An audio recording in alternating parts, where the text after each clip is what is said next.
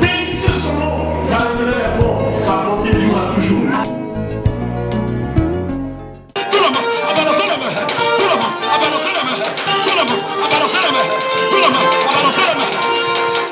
Acclamons la foi du Seigneur. Voilà, Dieu nous bénisse. Dans quelques minutes, nous allons écouter une exhortation. Le mois de mars, à l'église Tabernacle, décrété mois de la louange et de l'adoration. Donc pendant 4 dimanches, à partir d'aujourd'hui, nous allons parler de la louange et de l'adoration à l'Éternel. Quelqu'un dit Amen. Je bénis le Seigneur pour vous tous, pour votre présence. Vous savez, un jour ici à l'église, un dimanche, j'ai parlé du sacrifice de louange. Et le sacrifice de louange, c'est quoi? Vous entendez bien, sacrifice et louange. Et si nous voulons définir les thèmes qui sont dans les mots qui sont dans ce thème, nous dirons simplement que la louange est différente du sacrifice. Mais lorsqu'on les associe sacrifice et louange, on veut simplement dire que dans notre douleur, il doit avoir une louange à l'Éternel. Le sacrifice de louange, ce n'est pas la louange d'un jour ordinaire. Quand on parle de sacrifice de louange, on veut parler d'une louange qui se fait, qui se manifeste, qui se matérialise lorsque, bien aimé, nous traversons la vallée de l'ombre de la mort. Lorsque vous perdez votre emploi, lorsqu'il y a une situation qui vous chagrine et que vous n'arrivez pas à trouver les marques de la grâce de Dieu, vous devez commencer à louer Dieu. Vous avez l'information selon laquelle des gens seront renvoyés de votre service. Vous n'avez pas encore la liste, ce n'est pas officiel, mais dans les couloirs de la société, les gens en parlent déjà. Les gens bien placés en parlent déjà. Ah, il se peut que le mois prochain, on libère 50 personnes. Si tu es de l'église Tabernacle et tu entends ce genre de nouvelles, je veux que tu commences à louer Dieu. Parce que vous savez, quand Dieu ferme une porte, il ouvre un portail quelque part. Donc le sacrifice de louange n'est pas une louange ordinaire, c'est une louange de douleur. Imaginez une femme qui est en train d'accoucher, qui pousse des soupirs de gémissement, et pendant qu'elle rôle la poche des os, pendant que le sang coule à flot, pendant que l'eau du liquide amniotique aussi coule à flot, cette femme loue le Seigneur, elle glorifie Dieu dans cette douleur. Rares sont les femmes qui peuvent chanter pendant qu'elles traversent ce genre de moment, parce que ce sont des douleurs intenses, ce sont des douleurs qui font très mal. Et là se trouve donc le mystère de Dieu, de la grâce et de la faveur du Seigneur. Ça veut dire quoi? Lorsque vous traversez une situation difficile, Dieu voudrait que dans cette situation difficile, que vous ne le maudissiez pas, mais au contraire que vous bénissiez Dieu. Dans le sacrifice de louange, dans l'esprit du sacrifice de louange, on te demandera, pendant que tu pleures, de chanter en même temps. Vous voyez, on ne peut pas pleurer et chanter en même temps. C'est difficile. Et si je demandais à quelqu'un de le faire, bien aimé, ça fera rire ici parce qu'on te demandera tu chantes ou tu pleures. Parce que les deux, tu ne peux pas faire. Mais Dieu nous demande dans nos pleurs de chanter pour lui. Parce que je n'ai pas encore eu d'enfant. Et je me pose des questions. Au lieu de me lamenter, au lieu de pleurer, de crier à tue-tête, il sera préférable pour toi que tu bénisses le Dieu de ton salut, celui qui te donne la vie, parce que tant que le souffle se trouve dans tes narines, tu auras le temps encore de glorifier le Seigneur, et c'est dans cette glorification que Dieu se manifestera pour toi. Donc dans le sacrifice de louange, nous avons perdu les parents, j'ai perdu mon frère, j'ai perdu ma mère, c'est pas facile, vous verrez mes larmes couler, mais en même temps je glorifierai Dieu. Voici la définition succincte du sacrifice de louange. La deuxième chose que vous devez savoir, Église de Dieu, le sacrifice de louange, bien aimé, c'est une louange continuelle. Parce que beaucoup de gens louent Dieu au moment où ils traversent des situations de grâce, de bénédiction, d'excellence. Dieu est Dieu parce qu'ils viennent d'avoir une promotion. Dieu est Dieu parce qu'ils ont décidé de les emmener en eau profonde. Dieu est Dieu parce qu'il les sort des problèmes.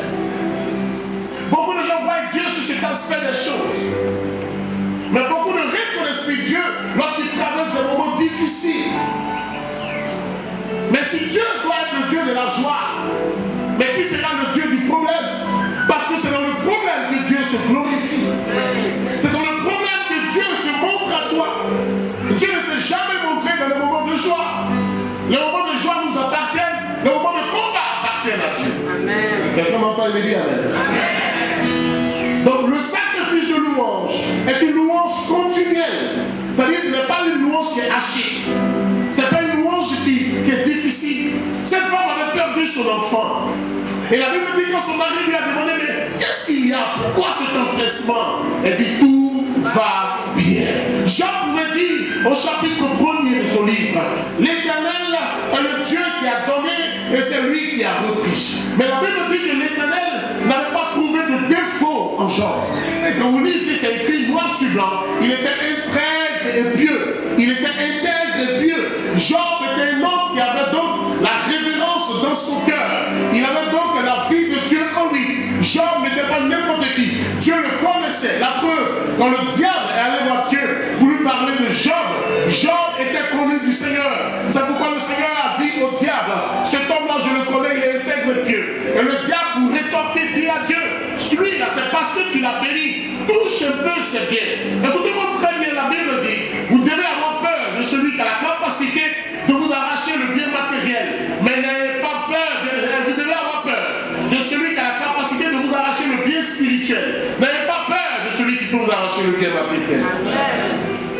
Or, ce qui est arrivé à Job, c'était la mort de son bien matériel. Mais quand vous allez jusqu'au verset, au chapitre 42 de la parole de Dieu, la Bible dit que Job a été béni puisqu'il était au début. Pourquoi? Parce que dans le sacrifice de louange, Job n'a pas maudit Dieu. La femme même de Job est venue lui dire, regarde comme tu es devenu ulcéreux, jusqu'à ce que tu te grattes avec des bouteilles. Ça ne va pas, faut maudire Dieu, il faut mourir. Il a dit, je ne peux pas maudire Dieu, parce qu'il avait le sens du sacrifice de louange.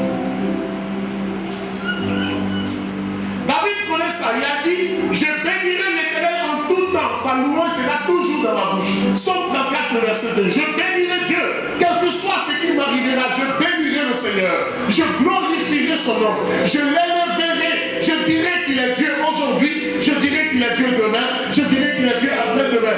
Dieu ne sera pas Dieu lorsque je serai dans le moment de bénédiction seulement. Dieu sera Dieu partout, sur toute la ligne, il est Dieu.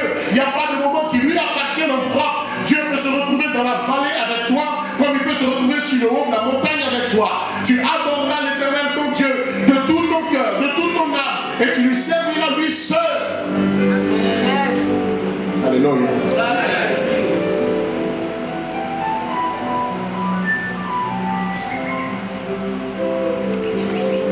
C'est louer Dieu lorsque le bébé meurt et que nous ne comprenons pas pourquoi.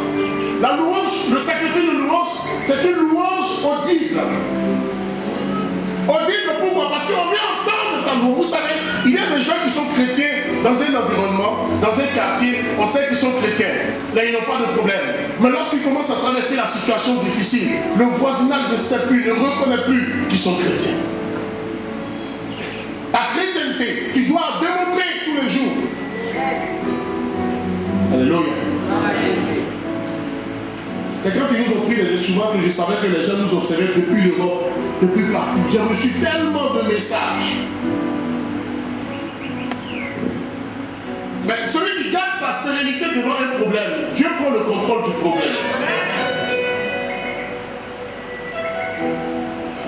Hier, nous étions à un mariage, il y a un ami qui m'a dit, oh mon frère, vraiment j'ai appris ce qui t'est arrivé, mais les gens n'ont pas la crainte de Dieu.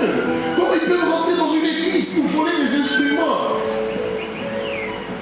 Mais j'essayais de te dire que ça ne passait pas. Je dis non, nous sommes allés pour chercher d'autres instruments. Il dit, tu dis quoi? Il a dit, si j'étais en déplacement, je suis allé à Accra, nous sommes allés prendre des instruments. Comme ici, c'est trop cher. Viens là-bas. Il dit, mais toi, tu as un réseau, tu as un réseau. Je dis, je n'ai pas de réseau. Mon réseau, c'est Dieu. Parce que les gens interprètent tout. Lorsque toi-même tu te bats, que tu enlèves ta chemise, que tu prends tes gants, Dieu s'assoit et te regarde. Sinon, Dieu se serait battu avec Goliath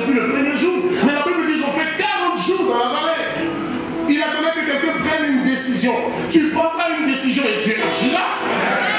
Toi, tu prendras une décision, sinon Dieu te regardera en face de tes ennemis te maltraiter. Mais quand tu prends la décision elle n'est pas physique, c'est une décision qui est spirituelle. Tu prends la décision de marcher avec lui, quels que soient les intempéries, quels que soient les problèmes. Je ne mange pas aujourd'hui, je bénis Dieu.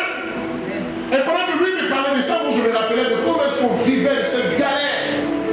Et certains ont commencé à dire non, lui là, il n'est pas clair, il n'est pas sûr. Comment ils ont pris ces instruments, ça fait même pas encore une semaine, et puis il a renouvelé ces instruments. Et les pasteurs se sont retrouvés dans un coin, ils ont commencé à parler de moi, et je suis venu, je suis allé m'asseoir à côté de ma femme. J'ai dit, je sens que Dieu est en train de préparer une élévation me concernant. Je sais que Dieu est en train de préparer. Parce que dès que les complots se forment autour de toi, frère, c'est que Dieu veut te sortir de là. Parce que nous ne savons pas qui marche autour de nous. Nous ne connaissons pas les pensées des autres. Parce que pour eux, il faut que nous restions tous ensemble dans la bassesse. Non, le sacrifice de louange dit à Dieu, quel que soit ce que je vis, tu seras mon Dieu. Je ne vais pas te choisir lorsque tout ira bien, mais je te choisirai même quand tout ira mal. Tu seras Dieu dans le bien, tu seras Dieu dans le mal. Allah n'a dit, Allah n'a pas. C'est Dieu qui a donné et c'est Dieu qui a repris. Écoutez-moi très bien.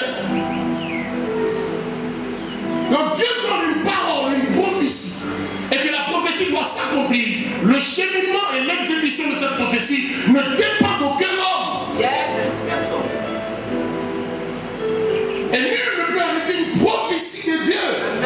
Une parole, une motivation que Dieu met dans le cœur de quelqu'un ne peut pas s'arrêter. Je suis venu te dire ce matin, écoute-moi très bien, tu vas chanter des cantiques, mais quand tout va mal. On a dans le chapitre 16, le verset 25, la Bible dit, lorsque Paul et Silas étaient en prison, ils ont chanté les autres prisonniers. Les entendaient comment chanter. Ils doivent entendre chanter le quand tout va mal. Et nous avions un ami qui se mariait et tous les pasteurs devaient cotiser. Alors moi j'ai des problèmes. Mais pour eux, non, comme il a un problème à l'église, je suis venu, je donne aussi ma participation. Et je suis allé au-delà de ce que les autres ont fait. Je suis venu à 6 h du matin. J'ai quitté la maison, j'ai pris mon véhicule, je suis arrivé chez lui. Il dit, oh, tu n'étais pas là, parce qu'il s'est marié un jour avant le samedi. Et le vendredi, comme il n'y avait pas de place le samedi, il s'est marié donc le vendredi, et samedi, nous allons faire la fête. Donc le vendredi, les autres serviteurs de Dieu sont partis comme ça. Mais il sait de ce moi qui crée l'ambiance. Donc dès que je l'ai appelé, il m'a dit, oh Bishop, tu es un homme de Dieu. Écoute-moi très bien, tu n'étais pas là, je sentais que quelque chose manquait. Je sentais qu'il n'y avait pas de joie. Regarde le frère qui m'a promis sa voiture. J'ai dit, je suis arrivé, t'inquiète frère. Yes. Écoute-moi très bien, l'onction qui est sur ta vie va créer toujours une différence.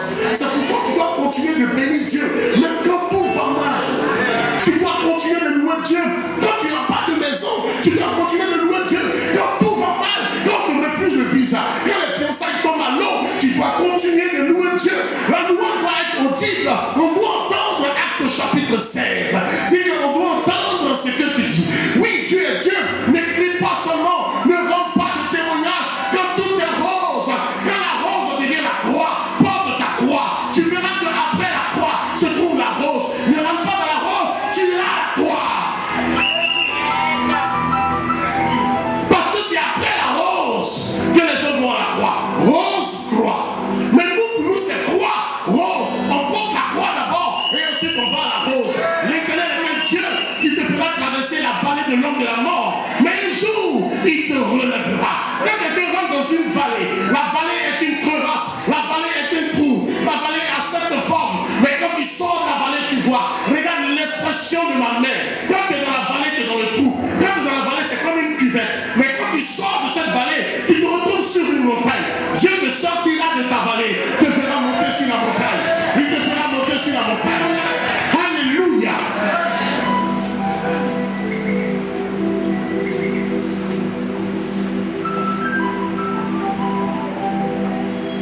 Mais c'est quoi l'adoration? adoration pour ce mois de mars. C'est quoi l'adoration?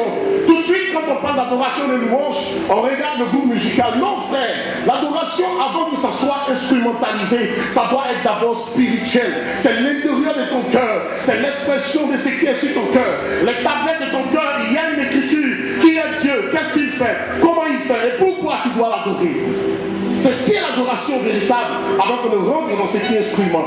Parce que la louange, ce n'est pas ce qui est saccadé. Non. Et l'adoration, ce n'est pas ce qui est langoureux. Non. L'adoration et la louange sont l'expression de notre amour pour Dieu.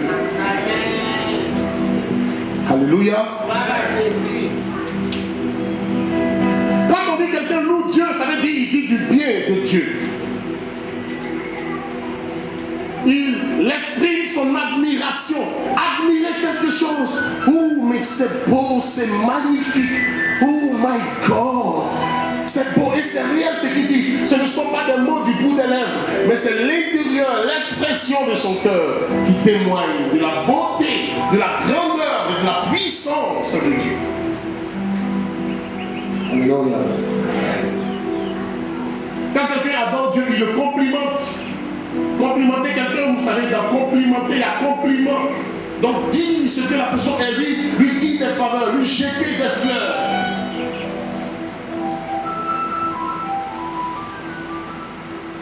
Le féliciter, l'applaudir, l'exalter, adorer, s'exprimer de la révérence pour quelqu'un, avoir un sens de crainte révérentielle pour lui, rendre hommage à quelqu'un, se prosterner devant l'objet de son adoration. Elle est féticheur, adore très bien le Dieu.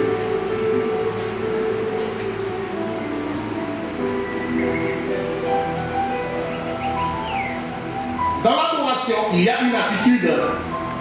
Le cœur de celui qui adore se verse devant Dieu. Durant tout ce mois, adore-le Seigneur. Lève-toi, dis-lui qu'il est beau, qu'il est grand, qu'il est ceci. Vous savez, parfois Dieu a besoin qu'on fasse son atalakou. Et pendant que toi tu fais l'atalakou de Dieu, il fait ton atalakou quelque part. Qui n'aime pas les compliments?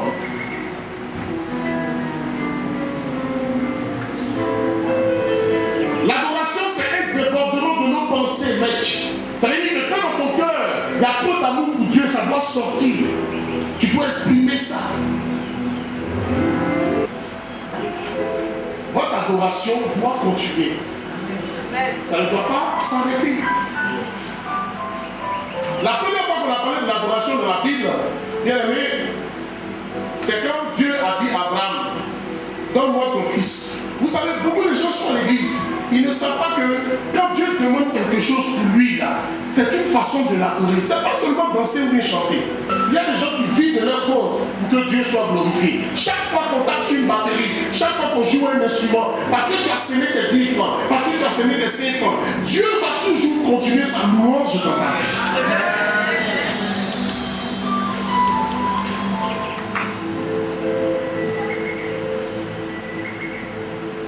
En Genèse 25, Dieu dit à Abraham, donne-moi Isaac. Vous voyez, l'adoration, c'est ça aussi. Le fait de vénérer un Dieu, la divinité. Donc, j'adore Dieu.